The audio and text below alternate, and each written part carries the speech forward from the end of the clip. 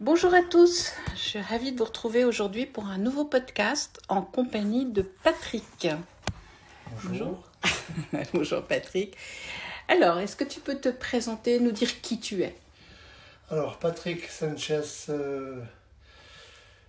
chauffeur de taxi, salarié, anciennement à mon compte pendant pratiquement 20 ans, et maintenant salarié pour arriver sur la fin. Pour arriver sur la fin, justement, ça va être notre sujet, la retraite. Est-ce que tu peux nous dire ce que représente aujourd'hui la retraite pour toi? Parce qu'effectivement, en fin de parcours comme ça, elle approche. Est-ce que c'est une hantise? Est-ce que c'est un rêve? Qu'est-ce que ça représente pour toi? J'aimerais bien profiter, moi. Parce que j'ai quand même pas mal travaillé. Ouais. Tu as commencé jeune? Jeune, et j'ai fait beaucoup d'heures, beaucoup de sacrifices pour la famille. Des samedis, des dimanches, des jours de Noël, des 1er janvier, voilà, que je n'ai pas passé avec la famille, donc j'aimerais en profiter maintenant. Te rattraper. Voilà. Pas de ne pas travailler, ça ne me gêne pas, mais de profiter un petit peu plus de tout le monde, de ta famille. Donc la retraite, tu l'imagines comment? Qu'est-ce que c'est pour toi? Pas fumier déjà. La maison qu'on a en Corse, et profiter de faire un peu d'efforts physiques. Beaucoup de marches j'aimerais faire. Ce que tu n'as effectivement pas pu faire. Voilà, des choses que j'ai pas pu faire, qui vous fait du temps, que je ne pouvais pas faire par mon travail. Oui, la marche, lire, promener, visiter l'Italie. Voilà, le plus possible, profiter. Profiter de la vie. Voilà, exactement. D'accord. Alors, on voit dans cette... parce que j'ai ta signature en face de moi, évidemment. Je vois là quelqu'un d'extrêmement porté vers son imaginaire. J'entends par là que tu as un imaginaire très très riche et que finalement tu arrives à vivre comme ça, dans cet imaginaire, à vivre ta vie d'une certaine façon.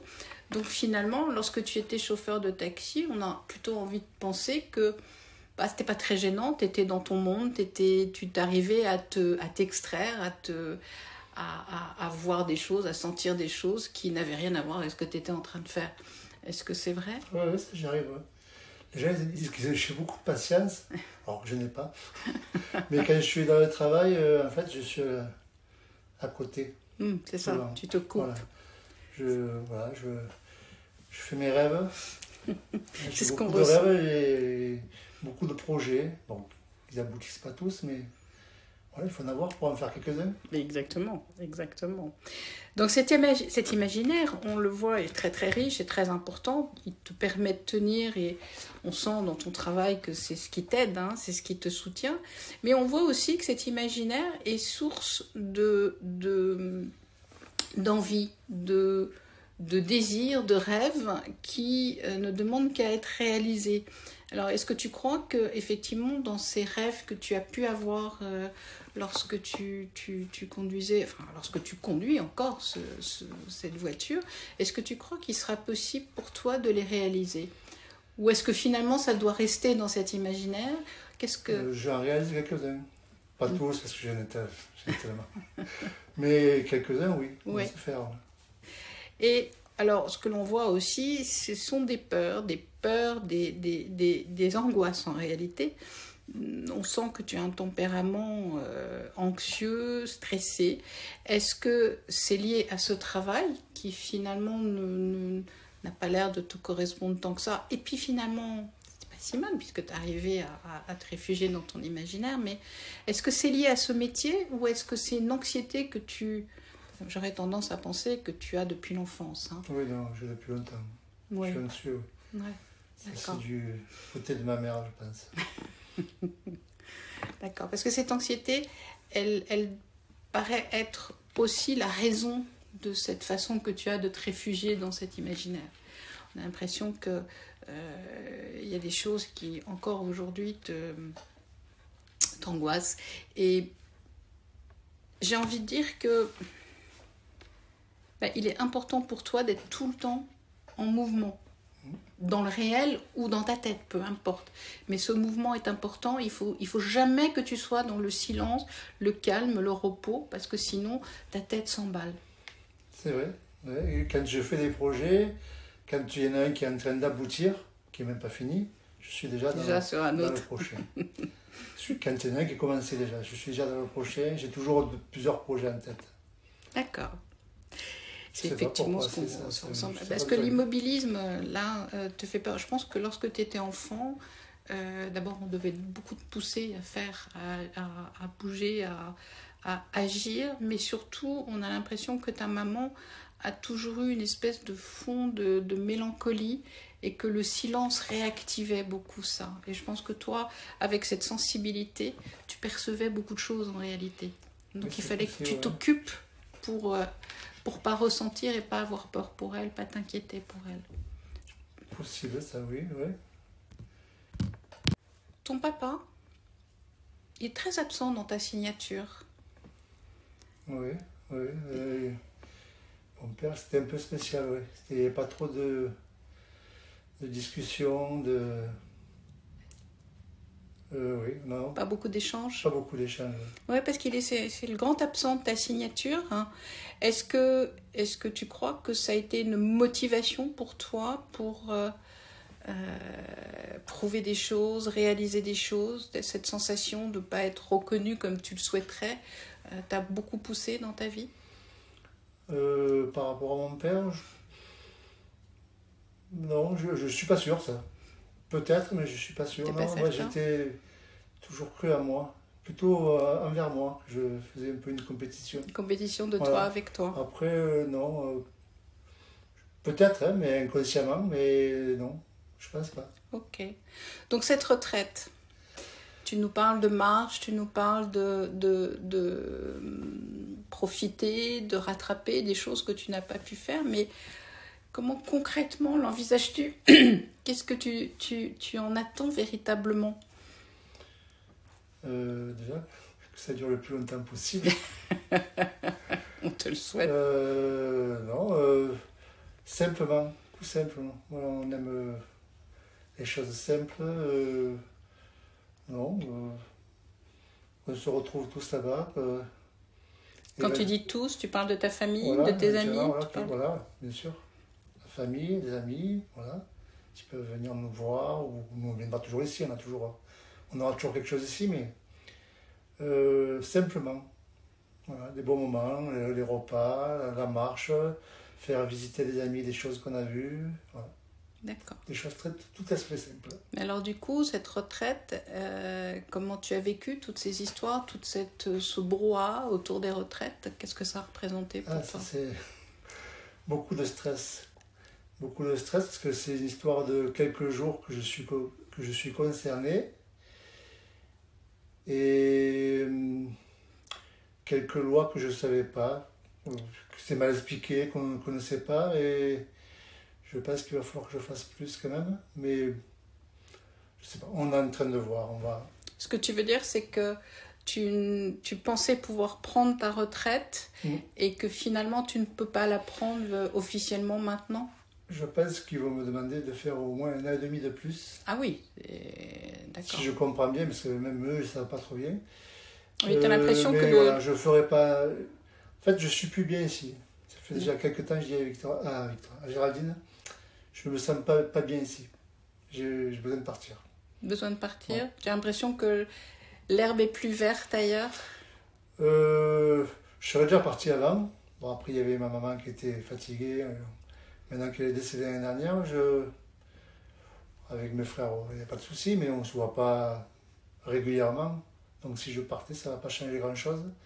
Donc non, je serais parti avant, moi. Même il y a déjà une dizaine d'années, j'aurais pu partir. Donc c'est pas tant la retraite en fait, c'est le fait de changer de lieu d'habitation. J'aime bien changer, j'ai des cycles. D'accord. Et j'ai un peu raté le coche à 50 ans.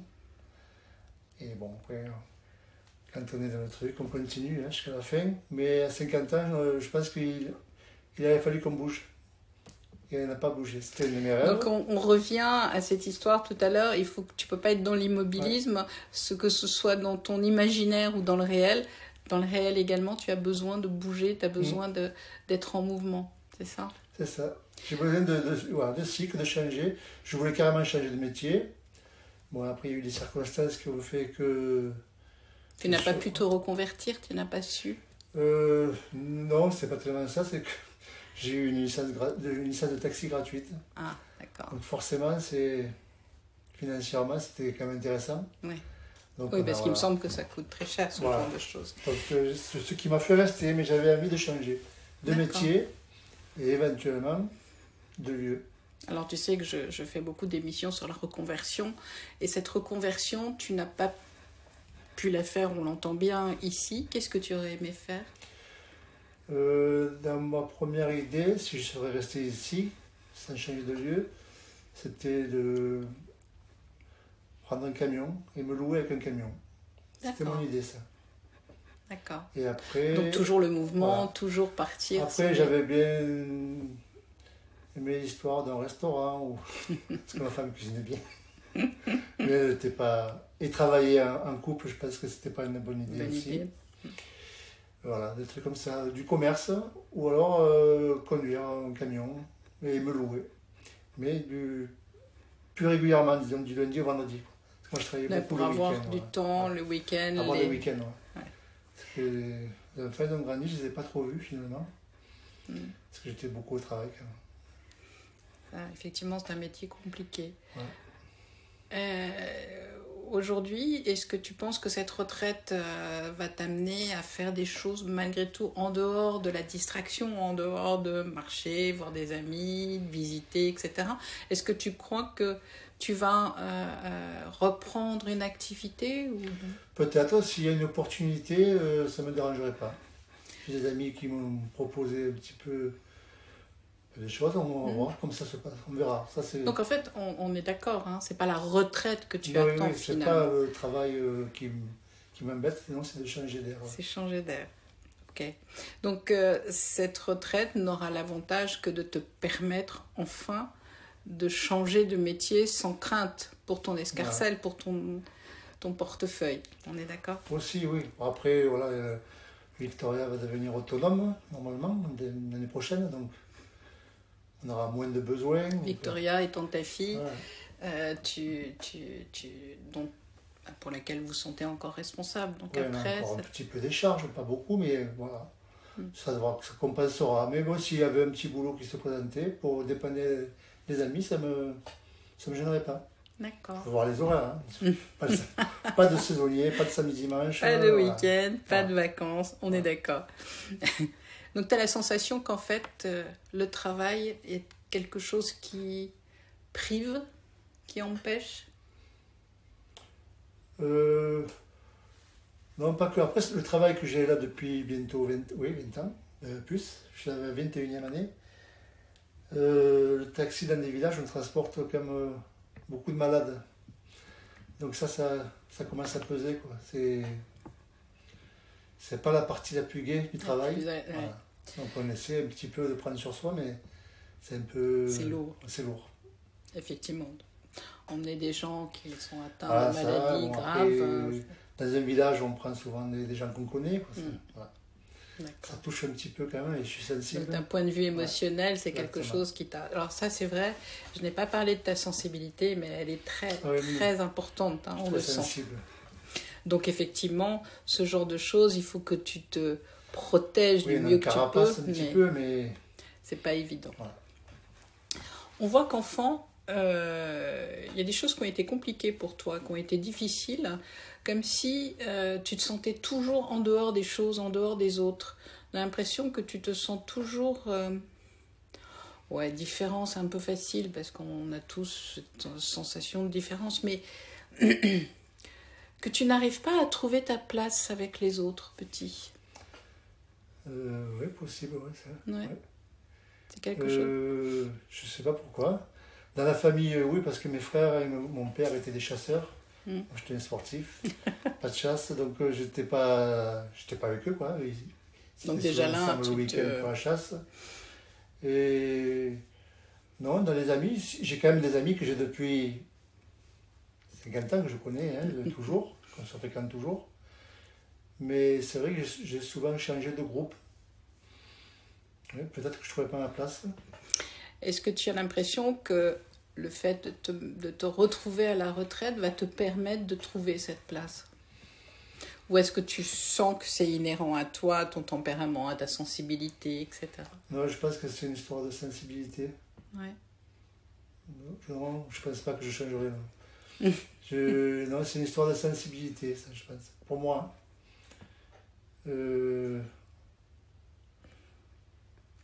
Non, non, sensibilité. Non. Sensibilité. Je pense pas que ça sera mieux. Non, je pense pas. C'est plutôt la sensibilité des fois, qui me fait changer d'amis ou de... Voilà. D'accord. Ce que l'on voit aussi, c'est une grande capacité de travail. C'est-à-dire qu'on voit que tu es quelqu'un qui, lorsqu'il prend quelque chose en charge, va le mener à son terme, va aller au bout des choses. Donc on sent un besoin de faire bien, de faire même très bien. Alors, ça a ses avantages pour un employeur, évidemment, mais pour toi, en tant que personne, ça veut dire que ça sollicite beaucoup de choses, parce que si c'est pas suffisamment bien avec ton regard, hein, le tien uniquement, tu n'es pas satisfait. Donc, ça veut dire que tu vas être souvent pas satisfait. Oui, non, ça c'est une règle. Le travail, on le fait bien ou on ne le fait pas. Alors ça, j'ai toujours dit aux enfants, les choses, on les fait avec envie, il faut les faire bien, pas bâcler, non, il faut... J'aime bien que ce soit carré. Voilà, je suis assez carré, moi aussi. Donc, Mais du coup, l'insatisfaction t'accompagne souvent? Oui, oui, quand j'ai des clients quand c'est moi qui vais les chercher, qui sont contents que ce soit moi parce qu'ils ont apprécié les fois d'avant, ça fait plaisir quand même. Alors ça, c'est de la satisfaction, mais l'insatisfaction au niveau de l'impression de ne pas être suffisamment à la hauteur, de ne pas faire suffisamment bien, ça t'arrive souvent? Non. Non. Pas trop, non. En général, non. D'accord. J'ai pas l'impression de faire mal mon travail, non. D'accord. Donc en fait, tu as réussi avec le temps à réaliser les choses comme tu le voulais, comme tu l'entendais. Oui, je m'adapte vite, moi, quand je travaille. J'apprends vite et je m'adapte vite. Vite à différentes personnes, parce qu'il y a des personnes qu'il faut les prendre d'une façon et d'autres façons. D'accord. Et ce que je vois aussi, c'est que du coup, comme tu as du mal à trouver ta place, comme tu as du mal à te sentir bien avec les gens sur la continuité, il y a souvent des déceptions, souvent des sentiments de petites trahisons, de choses comme ça qui sont là, d'abandon, on a l'impression qu'il y a une souffrance là qui s'installe. Moi, je pardonne pas trop en général. Je suis rancunier, mais bon, je travaille sur ça, mais pas comme facile. je dis à Géraldine, c'est pas qu'à... Si, je ferai mieux, mais ça sera toujours là quand même. Dans un certain temps, on ne va pas changer. Donc je suis assez rancunier, mais j'essaie de faire un travail sur ça, de ne pas en vouloir aux gens après. Oui, parce que finalement, on est tous pareils. Hein. Oui, c'est moi, après j'ai perdu mon temps à moi. C'est moi qui me suis puni tout ça après finalement. Donc j'essaye, mais ça sera difficile. Ça sera difficile. J'atténue, on va dire. Alors, est-ce que le fait d'être à la retraite, de faire des choses que tu aimes, finalement d'organiser ton temps comme tu en as envie et de profiter des choses, des gens, est-ce que tu as l'impression que ça pourra amoindrir un peu cette souffrance? Oui, peut-être, oui, parce que déjà, il n'y a pas le stress du travail quand même. Je suis assez stressé au travail, anxieux. Donc déjà, s'il n'y a pas ça, ce sera mieux, j'espère. Mais il y aura toujours un petit peu... Oui, le côté trahison, j'aime pas trop ça. Donc aujourd'hui, qu'est-ce que tu aurais envie de dire à des jeunes qui démarrent dans la vie et qui sont loin de la retraite? Qu'est-ce que tu as envie de leur dire pour qu'ils puissent savourer, profiter de cette expérience professionnelle? Ou pas, mais qu'est-ce que tu dirais? Comme je dis à Victoria, il va falloir choisir sa qualité de vie plutôt que le travail. C'est pas grave de gagner moins d'argent, mais choisir la qualité de vie, je pense. Donc faire quelque chose qu'on aime. Déjà oui, dans le travail, il faut faire quelque chose qu'on aime. On n'y va pas par plaisir en général. Donc autant faire un truc qui nous plaise, mais voilà, il ne faut pas regarder que le côté financier, je pense. Il faut qualité de vie. Qualité de vie. Ouais, c'est une bonne conclusion, je crois. Merci Patrick. Je t'en prie, merci à toi. Et ben voilà, chers auditeurs, j'espère que vous aurez apprécié ce moment et que vous vous retrouverez certainement au travers de ce témoignage. À très bientôt pour de nouvelles aventures.